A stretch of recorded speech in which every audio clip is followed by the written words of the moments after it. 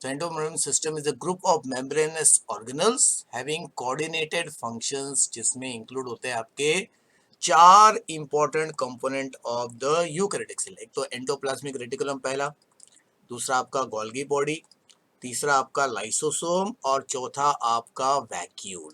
तो ये चारों स्ट्रक्चर एक दूसरे से इंटर रिलेटेड हैं। ओके, ना बाकी जो स्ट्रक्चर्स है वो उनका भी डेरिवेशन जो है, जो मैंने लास्ट टाइम बताया था, वो आपका सेल मेम्ब्रेन से ही होता है, लेकिन ये चारों जो है ये एक दूसरे के सबसे क्लोजली एसोसिएटेड स्ट्रक्चर्स है। ओके, सो तो एंडोमेम्ब्रेन सिस्टम का ओरिजिन कहाँ से होता है, जो मैंने लास्ट टाइम बताया था, सेल मेम्ब्रेन जो है, सेल मेम्ब्रेन, तो सेल मेम्ब्रेन से ही सेल के मेन कवर भी बनता है, और उसके जितने भी इंटरनल पार्ट्स है उसका भी कवर बनता है, और उसी में से अल्टीमेटली एक सिस्टम तैयार होता है जो सेल के अंदर कंपार्टमेंट्स तैयार करता है, जिसे कहते हैं एंडोमेम्ब्रेन सिस्टम। और इसी कंपार्टमेंट में सेल के सबसे बेसिक एक प्रोसेस कंप्लीट किए जाते हैं। तो हम लोग अभी एक एक करके हर एक ऐसे जो स्ट्रक्चर को डिटेल में देखने वाले हैं। ओके, तो सबसे पहले इनका रिलेशनशिप देख लेते हैं। ओके, तो एंडोमेम्ब्रेन सिस्टम एक्चुअली तैयार कैसे होता है। तो सपोज अगर देखा जाए तो ये है सपोज आपका the outer cover of the cell, तो ये आपका है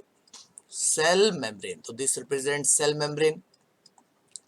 और फिर आपको नेचुरली अंदर आपको क्या दिखेगा, सबसे प्रोमिनेंट स्ट्रक्चर जो दिखेगा वो है आपका न्यूक्लियस। तो nucleus is having double membrane, ये न्यूक्लियस है, यानी कि न्यूक्लियस का अंदर का कंटेंट जिसे कहते हैं न्यूक्लियोप्लाज्म, तो वो कंटेंट हम लोग दिखाएंगे। तो न्यूक्लियस का जो cover it is made up of double layer, तो एक सिंगल लेयर तो बना लिया, तो ये है दूसरा layer, this is the second layer of the nucleus. Okay, तो ये हो गया आपका outer membrane, outer membrane of nucleus, nucleus का आउटर मेम्ब्रेन है ये। अब ये जो न्यूक्लियस का आउटर मेम्ब्रेन है ये एक्सटेंड होता है इन द साइटोप्लाज्म, यानी कि देखो बाहर का जो बाकी का जो स्पेस है वो पूरा का पूरा साइटोप्लाज्म है। ओके, तो अभी सेल के जितने भी मेन फंक्शंस है उसमें है कार्बोहाइड्रेट, प्रोटीन और फैट तैयार करना, तो ये काम कैसे होता है, और फाइनल प्रोडक्ट्स को भी तैयार करना, तो ये काम कैसे होता है। ये जो न्यूक्लियर मेम्ब्रेन है इसके एक्सटेंशंस प्रोड्यूस होते हैं which are actually in the form of plates, तो प्लेट के रूप में होते हैं या ट्यूब्यूल के रूप में होता है। जैसे ये प्लेट है देखो, तो दिस प्लेट देखो it is parallel to the nucleus, ये दूसरा प्लेट हो गया, ये तीसरा प्लेट हो गया। तो अभी मैंने प्लेट लाइक स्ट्रक्चर बनाया गया, चपटे ट्यूब लाइक स्ट्रक्चर्स हो सकते हैं, this is one tube, this is second tube, like this. Okay, like this. और ये सारे के सारे जो प्लेट लाइक स्ट्रक्चर है या ट्यूब लाइक स्ट्रक्चर है, कुछ केस में नेचुरली ओके इसमें से छोटे छोटे बैग्स भी तैयार होते हैं, छोटे छोटे बैग्स तैयार होंगे। Okay, like this. कुछ केस में अल्टीमेटली इसमें से क्या तैयार होगा आपका ट्यूब जैसा structure, like this, which can get extended up to the cell membrane तक जा सकता है। तो ये जो ट्यूब सिस्टम बना, प्लेटलेट सिस्टम बना, ये सब एक दूसरे के साथ इंटरकनेक्ट रहते हैं like this to form a network like structure. ये सब एक दूसरे से इंटरकनेक्ट है। तो अभी मैंने जो पिक्चर बनाया है ये आपका टू डायमेंशनल स्ट्रक्चर में बनाया गया है। ओके, टू डायमेंशनल स्ट्रक्चर को हम लोग देख रहे हैं, अगर इसको थ्री डायमेंशन में देखेंगे तो उसका पिक्चर मैं बाद में बताऊंगा। अब ये टू डायमेंशनल स्ट्रक्चर में अल्टीमेटली ये जो न्यूक्लियस का आउटर एक ऐसी रीजन है, ये पूरा का पूरा इस सिस्टम के थ्रू कंटिन्यूस क्या है, कनेक्शन तैयार करता है, कनेक्शन तैयार करता है कंटिन्यूस,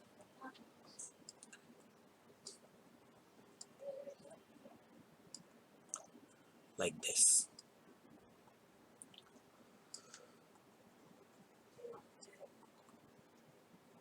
तो ये जो पूरा स्पेस अभी क्रिएट हो गया है with in this vacancy system, जैसे ये पूरा का पूरा स्पेस जिसको अभी मैं वैकेंसी डॉटेड मतलब शेड कर रहा हूँ, डॉट डॉट डॉट बता रहा हूँ ये। ओके, ये स्पेस, तो वही स्पेस है जहां पे आपका सेल का सबसे फंडामेंटल वैकेंसी व्हाट आपका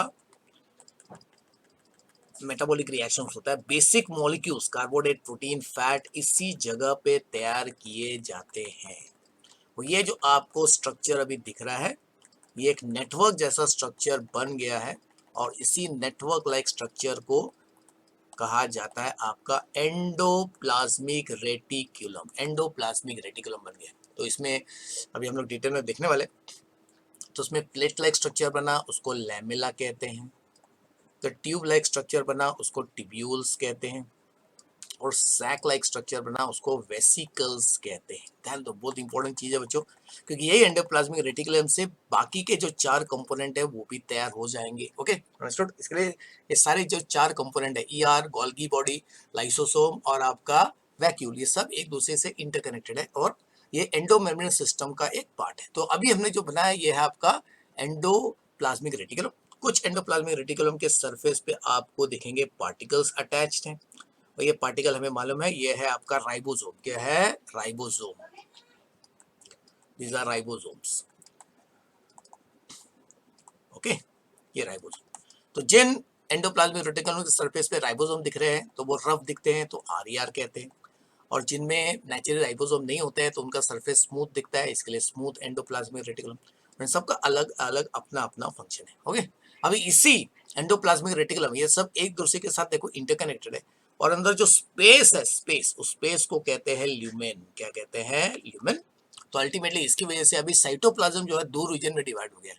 ये हो गया ल्यूमिनल स्पेस एंड एक्स्ट्रा। तो ल्यूमेन के बाहर, मतलब जो स्पेस आपको अंदर दिख रहा है जिसको मैंने येलो डॉट से मार्क किया है, इसके बाहर का जो स्पेस है, स्पेस को हम लोग कहते हैं एक्स्ट्रा ल्यूमिनल स्पेस। यानी कि साइटोप्लाज्म के अंदर अभी 2 स्पेस क्रिएट हो जाएगा। एक तो जो एंडोमेम्ब्रेन सिस्टम की वजह से तैयार हो गया स्पेस, उसको ल्यूमिनल स्पेस कहते हैं, और जो उसके बाहर वाला स्पेस है, बाकी का स्पेस, उसको एक्स्ट्रा ल्यूमिनल स्पेस कहते हैं। तो कुछ रिएक्शंस आपका ल्यूमिन में होता है, कुछ ल्यूमिन के बाहर होता है।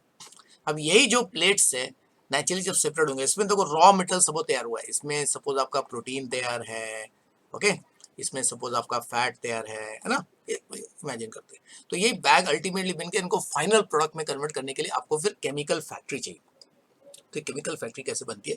तो ये प्लेट्स अल्टीमेटली क्या है, जब सेपरेट होते हैं, सेपरेट होते हैं तो अल्टीमेटली तैयार होता है, you can see stack of, you can see sacks, stack of sacks like this. और ये जो स्टैक्स ऑफ सैक्स आपको दिख रहे हैं, ओके, इसी से सिस्टम बनता है जिसको कहते हैं गोल्गी बॉडी या गोल्गी एपरेटस। ओके, तो उसमें क्या होता है कि ये जो वेसिकल्स तैयार हो रहे हैं, ये वेसिकल्स सेपरेट होके एक साइड से वो क्या करते हैं, एंटर करते हैं, यहाँ से एंटर करेंगे। ओके, रॉ मटेरियल, जैसे मुझे क्या करना है, दाल मतलब खिचड़ी बनानी है तो उसके अंदर दाल और चावल चाहिए, तो एक में दाल होगा, दूसरे में चावल होगा, वो एक दूसरे के साथ फ्यूज होकर इस कंपार्टमेंट में जाएगा। तो फिर अलग अलग यू कैन सी व्हाट कंपार्ट, एक कंपार्टमेंट से वो मॉलिक्यूल दूसरे कंपार्टमेंट में जाता है, और फिर जो फाइनल प्रोडक्ट बनता है वो सबसे आउटर साइड वाले प्लेट से बाहर निकल जाता है। तो यहाँ से एक बड़ा सा वेसिकल बाहर निकल जाएगा। ओके, और इसमें होगा आपका final product, final product of the cell. अब इसी में से कुछ फाइनल प्रोडक्ट जो बनते हैं उसमें होता है डाइजेस्टिव एंजाइम्स। तो डाइजेस्टिव एंजाइम्स वाले जो बैग्स होते हैं उसी को लाइसोसोम कहा जाता है। ओके, और उसी से नेचुरली कुछ एक ऐसी एम्प्टी बैग्स जिसमें स्टोरेज बैग्स बनते हैं उसे वैक्यूल कहा जाता है। तो एनिमल में वैक्यूल छोटा साइज का होता है, लेकिन प्लांट में जो वैक्यूल होता है बड़े साइज का होता है। तो इस तरह देखो बच्चों, ओके, यही जो आपका एंडोमेम्ब्रेन सिस्टम, तो इससे पूरे सेल के अंदर एक मेम्ब्रेन बॉन्ड स्ट्रक्चर बन जाता है, और इससे सेल जो है उसका सबसे इंपॉर्टेंट जो काम होता है वो है, सेल जो है वो अलग अलग कंपार्टमेंट्स में डिवाइड हो जाता है। Compartmentalisation is the most important feature of आपका यूकैरियोटिक ओके आपका सेल। ओके, तो इस तरह आपको दिख रहा है कि आपका endoplasmic reticulum, Golgi body, lysosome which is a digestive bag, और आपका वैक्यूल मिल के एक सिस्टम तैयार हो गया है। Okay, because all of them are actually interrelated. ये सारे स्ट्रक्चर एक दूसरे से फॉर्म होते हैं, इंटर रिलेटेड होते हैं, इसको इनको एक सिस्टम माना जाता है। ओके, चलिए अभी हम लोग एक एक करके हर कंपोनेंट जो एंडोमेम्ब्रेन सिस्टम का है उसको हम लोग देख लेते हैं। ठीक है, तो देखो ये आपका एक पिक्चर है जिसमें सेम सेल मेम्ब्रेन दिख रहा है आपको। तो इस डायग्राम में आपको दिख रहा है यहाँ पे सेल मेम्ब्रेन। ओके, ये हो गया outside cell, this region is outside cell, this region is inside cell. Okay, तो ये आपका न्यूक्लियस है, दिस इज न्यूक्लियस, और न्यूक्लियस के सरफेस से देखो प्लेट लाइक स्ट्रक्चर आपको दिख रहा है। तो ये देखो यहाँ पे आपको 3 डायमेंशनल स्ट्रक्चर दिख रहा है, दिस इज 3 डायमेंशनल आपका ये स्ट्रक्चर दिख रहा है अभी आपको। इसका मैं आउटलाइन अभी दिखा रहा हूँ। तो इसमें देखो आपको ट्यूब लाइक स्ट्रक्चर दिख रहा है, ये ट्यूब लाइक स्ट्रक्चर दिख रहा है जिसको अभी मैंने डिजाइन कर रहा हूँ। तो ये आपका ट्यूब लाइक स्ट्रक्चर है, ट्यूब्यूल्स। ये जो है ये आपका प्लेट लाइक स्ट्रक्चर, उसको लैमेले कहते हैं। ओके, और जहाँ पे बैग बन जाएगा, जैसे ये बैग जैसे बन गया तो वो वेसिकल्स होंगे। तो इन सारे स्ट्रक्चर्स को मिल के कॉमन टर्म से बुलाते हैं, उसको कहते हैं सिस्टर्ने। तो cisternae are the tube like structures, lamellae, plate like structure और bag like structure which is the extension of the outer nuclear membrane. तो न्यूक्लियर मेम्ब्रेन का जो आउटर लेयर होता है वो एक्सटेंड होके या तो प्लेट लाइक स्ट्रक्चर, नहीं तो हॉलो है, ये सब हॉलो है। ट्यूब्यूल मतलब ट्यूब लाइक स्ट्रक्चर, नहीं तो आपका वेसिकल मतलब बैग लाइक स्ट्रक्चर। तो सिस्टर्ने को अगर आप कंपेयर करोगे तो they are like mesosome, they are like what, mesosomes of आपका प्रोकैरियोटिक सेल। प्रोकैरियोटिक सेल के जो मीसोसोम्स है वही यूकैरियोटिक सेल में सिस्टर्ने कहलाते हैं। ओके, जो तीन फॉर्मेशन होता है, लेकिन यहाँ पे जो सिस्टर्न है यूकैरियोटिक सेल में, दे आर ऑल इंटरकनेक्टेड। तो यहाँ पे आपको दिख रहा है कि ये जितने भी सिस्टर्न्स है वो एक दूसरे के साथ इंटरकनेक्टेड है, तो एक स्पेस, इंटरनल स्पेस क्रिएट हो जाता है। ओके, और इसी स्पेस को हम लोग ल्यूमेन कहते हैं। और जो यहाँ पे ब्लू ब्लू कलर के पार्टिकल आपको दिख रहे हैं, ये सब क्या है, आपके राइबोसोम्स।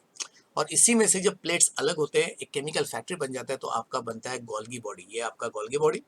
ओके, उसके स्ट्रक्चर को हम लोग देखेंगे, गोल्गी बॉडी। और इसी में से जो फाइनल बैग तैयार होता है, प्रोसेस्ड मटेरियल तैयार हो जाता है, उस वेसिकल को अगर उसमें डाइजेस्टिव एंजाइम्स है तब उसको कहते हैं लाइसोसोम। उसको लाइसोसोम कहते हैं। So endometrial system is very essential part of the animal cell। तो एनिमल सेल के लिए एंडोमेट्रियल सिस्टम होना बहुत जरूरी है, कि एनिमल सेल रिजिड नहीं है, वो फ्लेक्सिबल होता है। प्लांट सेल में सेल वॉल की वजह से अल्टीमेटली एंडोमेट्रियल सिस्टम इतना ज्यादा डेवलप नहीं रहता है, लेकिन एनिमल सेल में एंडोमेट्रियल सिस्टम बहुत ज्यादा डेवलप होता है। ओके जो, चलिए अभी हम लोग क्या कर रहे हैं कि हर एक जो आपका कंपोनेंट है एंडोमेट्रियल सिस्टम का, उसको अभी थोड़ा डिटेल में देखते हैं। ओके,